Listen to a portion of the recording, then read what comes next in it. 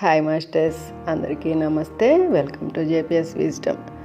అహం బ్రహ్మాస్మి, సమస్తము నేనై ఉన్నాను, తత్వమసి, నీలో ఉన్నది అదే, నాలో ఉన్నది అదే. ఇక్కడ భగవంతుడు అంటే సృష్టికర్త, సూత్రధారి, నిర్గుణుడు, నిరాకారుడు, శూన్యం.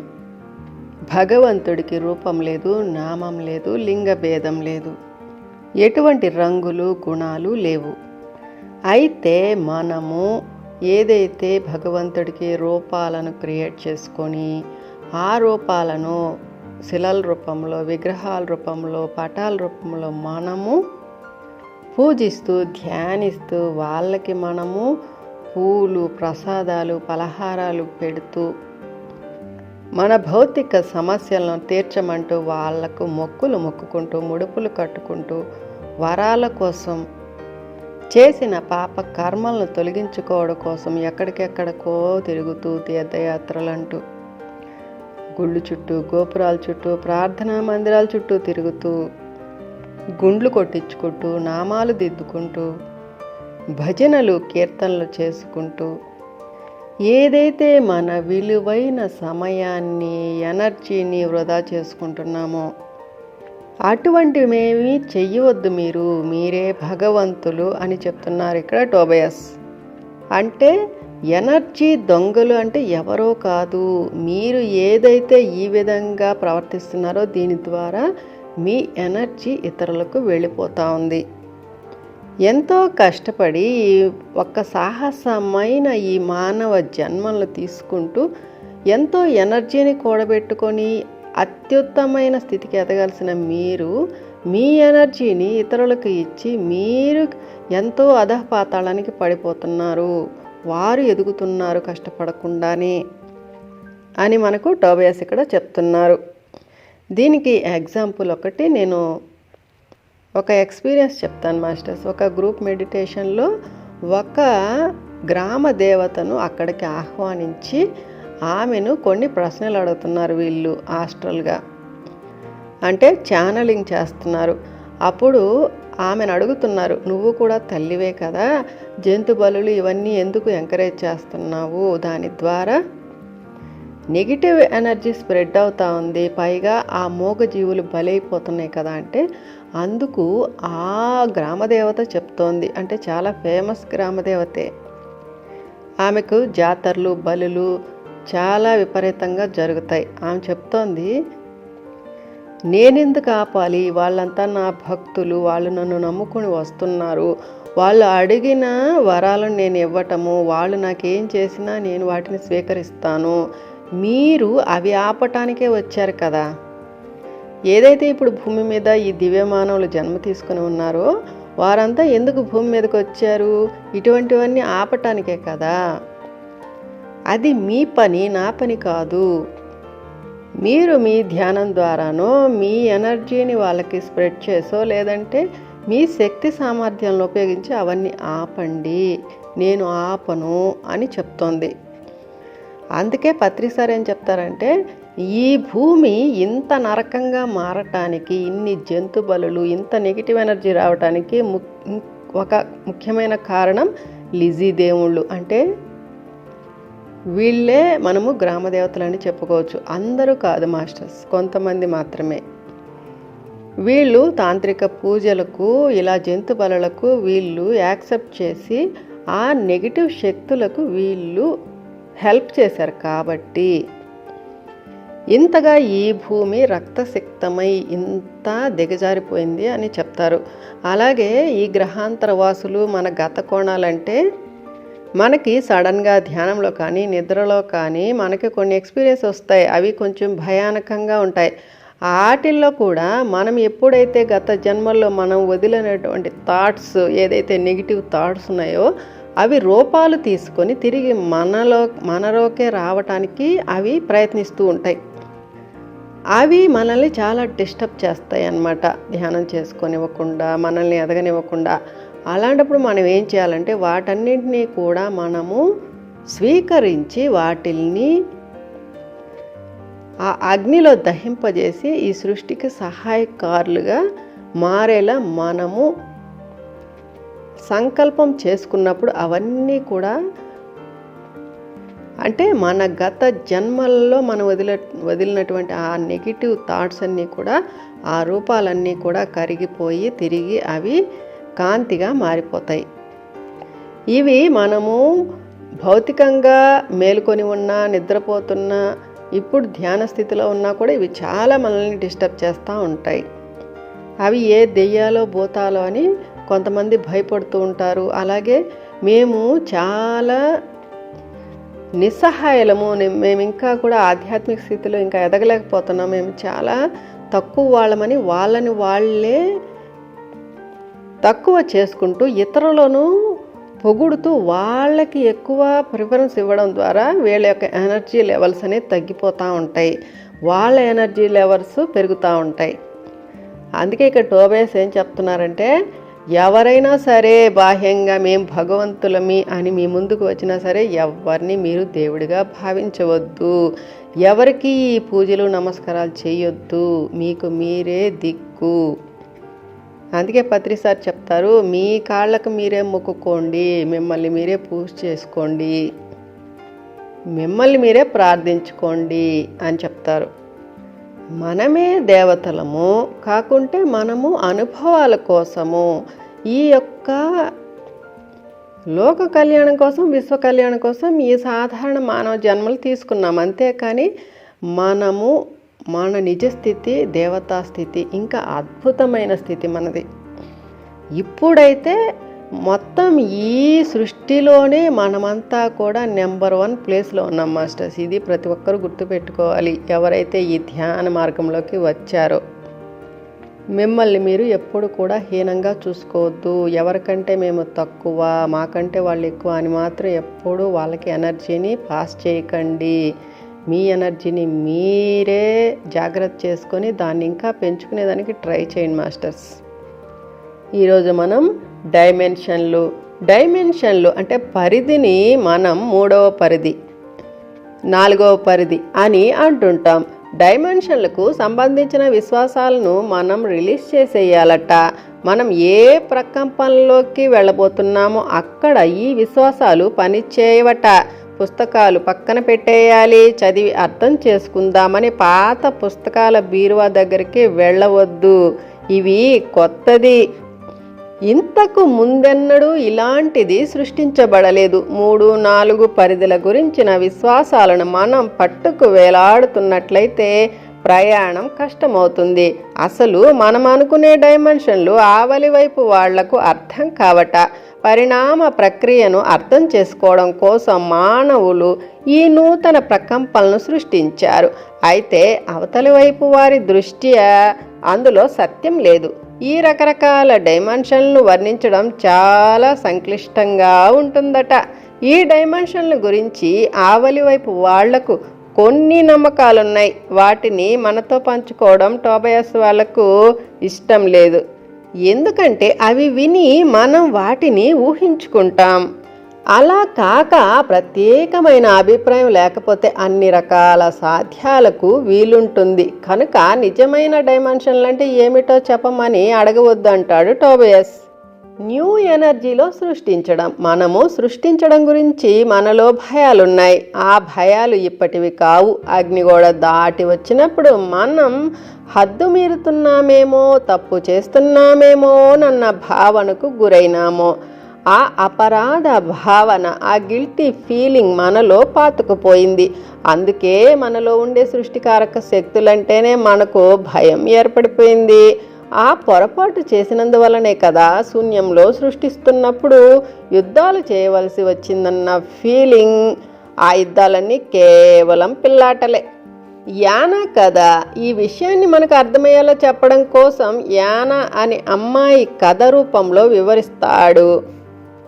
ఆమె గత 20 ఏళ్లుగా ఆధ్యాత్మిక కార్యక్రమాలకు వెళుతోంది. ఎన్నెన్నో నేర్చుకున్నది. రోజుకు 20 నిమిషాల పాటు 2 సార్లు ఇబ్బందికరంగానే కూర్చొని సాధన చేసింది.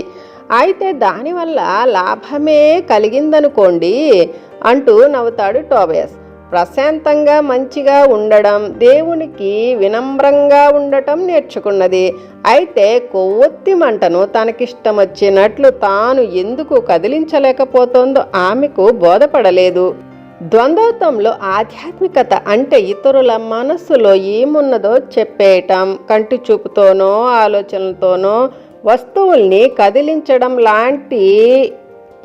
లాంటివేననుకుంటాము. తన జీవితం తన కంట్రోల్లో లేకపోవడం ఆమెకు విసుగును కలిగిస్తోంది. అయితే తానింతవరకు చేసినదంతా తనలో దేనినో జాగృతం చేస్తోందన్న విషయం ఆమె గ్రహించలేదు. బాహ్యంగా ఏమీ మారడం లేదని ఆమెకు బాధ. మారే సమయము, గ్రహించే సమయము అప్పటికింకా రాలేదు. మనం ఇంతకుముందు చెప్పుకున్న 3 పాలరాళ్ల కథ ఆమెలో ఇంకా ముగియలేదు. ఆమె తన శక్తిని ఇతరులకు ఇస్తూనే ఉన్నది. కనబడిన మార్గమల్లా అనుసరిస్తోంది. అనుసరించేవాడు సృష్టికర్త కాలేడు. ఇలా ఉండింది ఇంతకాలం. అయితే ఇప్పుడు సమయం వచ్చేసింది. తనలోని సృష్టికారక సామర్థ్యాలను ఉపయోగించే సమయం వచ్చింది. మనకు కలిగినట్లే ఒక రోజు ఆమెకు విపరీతమైన కోపం వచ్చేసింది. పుస్తకాలు అవతల పడేసింది, పనిముట్లను అవతల పడేసింది. ఆధ్యాత్మిక క్లాసుల పట్ల డబ్బు ఖర్చు తప్ప వేరే లాభం లేదని అర్థం చేసుకుంది. అయితే ఇలా అనుకోవడం సరికాదు. ఎందుకంటే అవన్నీ కలిసే ఆమెను ఈ స్థితికి తీసుకువచ్చాయి. తన ఆధ్యాత్మిక కుటుంబంలో తనని తిరిగి కలిపాయి. ఇతరులను కలుసుకోవడానికి, న్యూ ఎనర్జీ గురించి తెలుసుకోవడానికి దోహదపడినాయి. యానా న్యూ ఎనర్జీ గురించి విన్నది. అయితే అదేమిటో ఆమెకు అర్థం కాలేదు. కానీ అది బాగున్నట్లు అనిపించింది. పాత పద్ధతులను చాలా వాటిని వదిలేసింది. సృష్టించడం మొదలుపెట్టడానికి సిద్ధపడిపోయింది. అప్పుడు సృష్టించడానికి కావలసిన పనిముట్లు అందులో ఉన్నట్లు గ్రహించింది. తానిక గాలివాటున బతకవలసిన పని లేదు. తానే సృష్టిస్తుంది. న్యూ ఎనర్జీలో ఉండి ఏదైనా ఒక ఆలోచన చేయమంటాడు టోబియాస్. చేసి ఏం జరుగుతుందో చూస్తూ ఉండమంటాడు. ఆ ఆలోచన రూపాంతరం చెందుతూ దివ్యమైన బ్యాలెన్స్ను పొందడం కనిపిస్తుంది. అయితే ఏమి సృష్టిస్తున్నాము? పుష్కలత్వం గురించి, ఆరోగ్యం, శరీర తత్వం గురించి, అనుబంధాల గురించి, మన తాహతు గురించి చెప్పుకున్నాము. ఈ 4ంటిలో ఏదో ఒక దాన్ని తీసుకొని మన మనస్సుకు దానిని హత్తుకోవాలి. అప్పుడు సృష్టించాలి.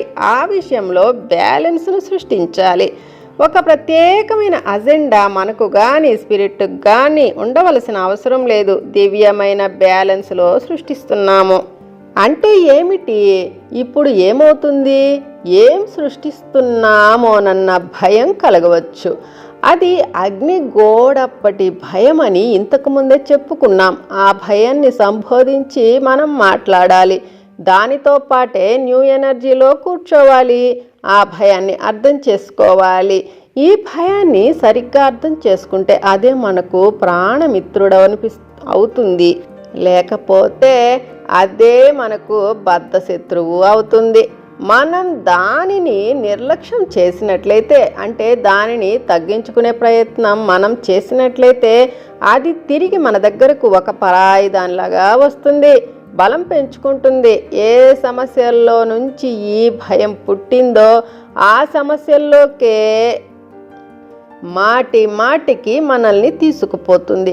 న్యూ ఎనర్జీలో కూర్చొని సృష్టిస్తే చాలు. అది ఎలా పనిచేస్తుందో అని దాని మెకానిక్స్ గురించి బుర్ర పగలగొట్టుకోవాల్సిన పని లేదు.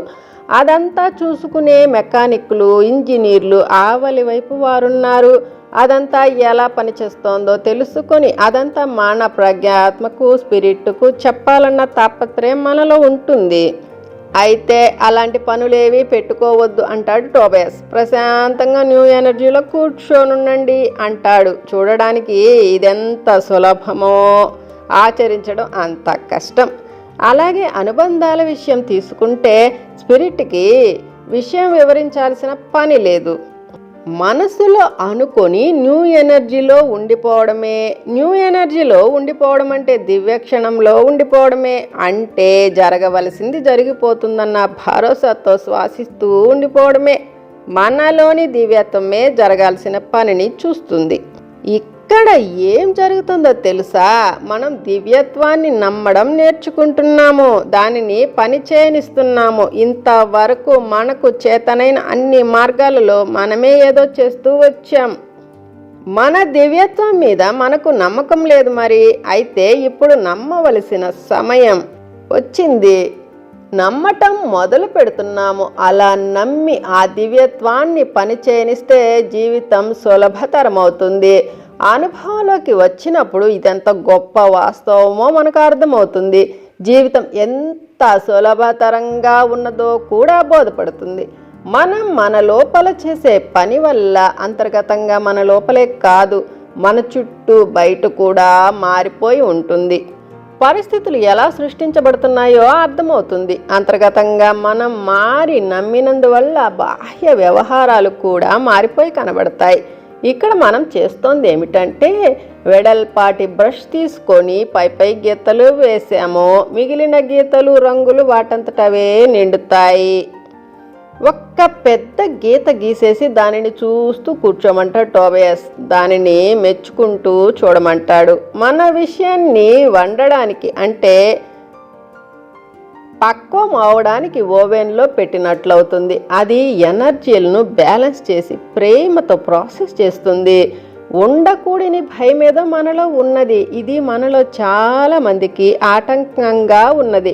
సృష్టించడం సరియో కాదో తెలియక అసలు సృష్టించాలంటేనే విరక్తిగా ఉంటూ వచ్చాము. ఏమి సృష్టించాలో ఎలా సృష్టించాలో స్పిరిట్ చెప్తే అప్పుడు సృష్టిద్దాంలెమ్మని ఊరుకున్నాము. సరికాని దానిని సరికాదని మనం భ్రమపడుతున్న దానిని మరోసారి సృష్టించడం ఇష్టం లేదు మనకు. మనం దేనికి భయపడాల్సిన అవసరం లేదు. మన ఓవెన్, మన దివ్యత్వం, స్పిరిట్ పట్ల మనకున్న ప్రేమ అవే చూసుకుంటాయి. మనం సృష్టించేది సరి అయినది అయ్యే విధంగా మనలో 4 పాలరాళ్ళు ఎప్పుడైతే బ్యాలెన్స్ అయిపోతాయో మనం సృష్టించే దానిలో పొరపాట్లు ఉండవు. మనలో ఉన్న ప్రేమ తత్వం వల్ల మనం సృష్టించేది తప్పు అవదు. అయితే దేనిని సృష్టిస్తున్నాము? చాలా సింపుల్. కొత్త బ్యాలెన్స్ ఉన్న అనుబంధాలను, కొత్త బ్యాలెన్స్ ఉన్న పుష్కలత్వాన్ని, కొత్త బ్యాలెన్స్ ఉన్న ఆరోగ్యాన్ని, కొత్త బ్యాలెన్స్ ఉన్న మన వ్యక్తిత్వాన్ని సృష్టిస్తున్నాము. దిగులు అవసరం లేదు. అన్నీ రావలసిన తీరులో మనకు సమకూరేటట్లు దివ్యత్వం చూస్తుంది. అంతర్గతంగా మనం మారే కొద్దీ మన ప్రకంపన స్థాయి మారుతుంది. మన ఎనర్జీ నమూనాలను మార్చుకుంటాం కాబట్టి బయట వ్యవహారాలు కూడా మారిపోయి కనబడతాయి. ఇతరుల మీద ప్రభావం కనబడకుండానే వాస్తవాన్ని మార్చేస్తాము. ఇది చాలా ఆసక్తికరమైన విషయం. అందుకే టోబియాస్ అంటాడు, ప్రపంచాన్ని మార్చేయాలని ప్రార్థించకండి, మీలో మీరు జాగృతులు కావాలని మాత్రమే ప్రార్థించండి అని. అలా చేసే కొద్దీ మన వాస్తవం మారిపోతూ ఉంటుంది.